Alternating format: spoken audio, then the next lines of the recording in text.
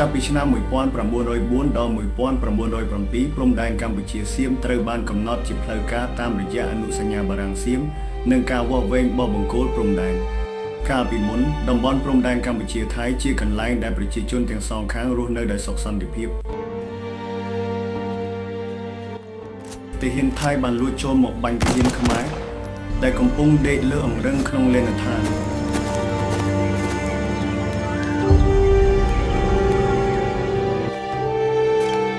ថៃប្រើប្រាស់ឧបហេតុជន់មីនជាលេខក្នុងការបង្កើនភាពតានតឹងរវាងភាគីទាំងពីរ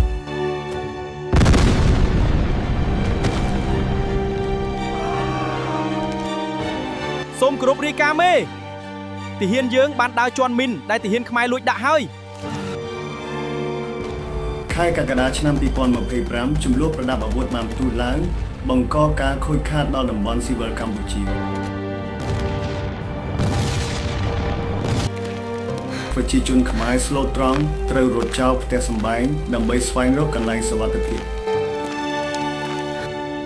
កម្ពុជានិងថៃបានសម្រេចបទឈប់បាញ់គ្នាក្រោមការសម្របសម្រួលពីប្រទេសម៉ាឡេស៊ីនិងអាមេរិក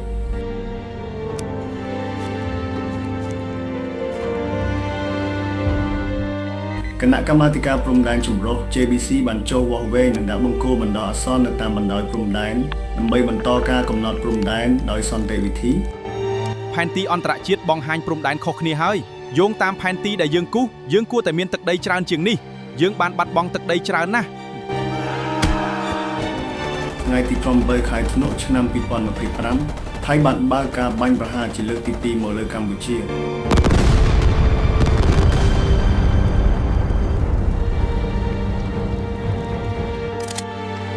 កម្ពុជានិងថៃបានសម្រេចបទឈប់បាញ់គ្នាជាលើកទី2ប៉ុន្តែសកម្មភាពថ្មីបានចាប់ផ្ដើមជាបន្តបន្ទាប់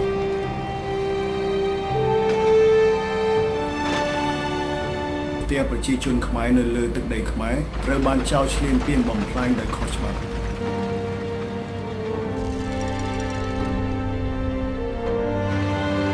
ហេដ្ឋារចនាសម្ព័ន្ធត្រូវបានសាងសង់ឡើងដើម្បីបង្កើតស្ថានភាពផ្លាស់ប្ដូរថ្មីនៅនឹងកន្លែង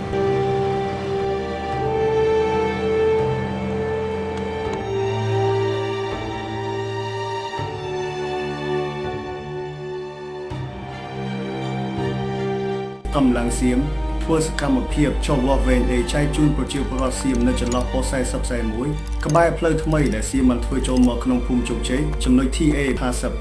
51267និង22759ក្នុងទឹកដីកម្ពុជាដែលសៀមកំពុងគ្រប់គ្រងដោយខុសច្បាប់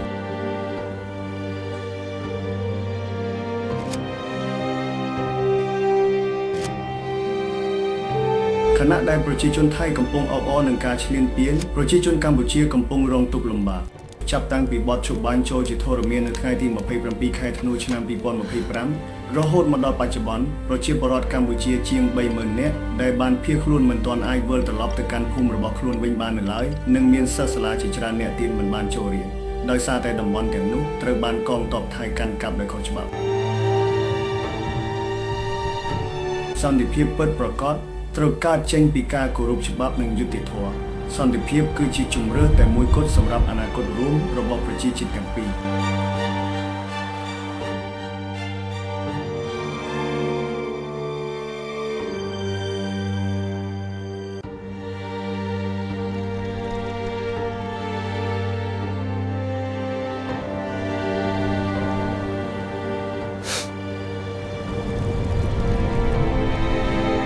កម្ពុជាចង់បានសន្តិភាពពួកខ្ញុំចង់បានដីនិងផ្ទះរបស់ខ្ញុំត្រឡប់មកវិញសូមថៃអនុវត្តតាមច្បាប់អន្តរជាតិដោយគោរពតាមផែនទីនិងឯកសារបន្សល់ទុកពីជំនាន់បារាំង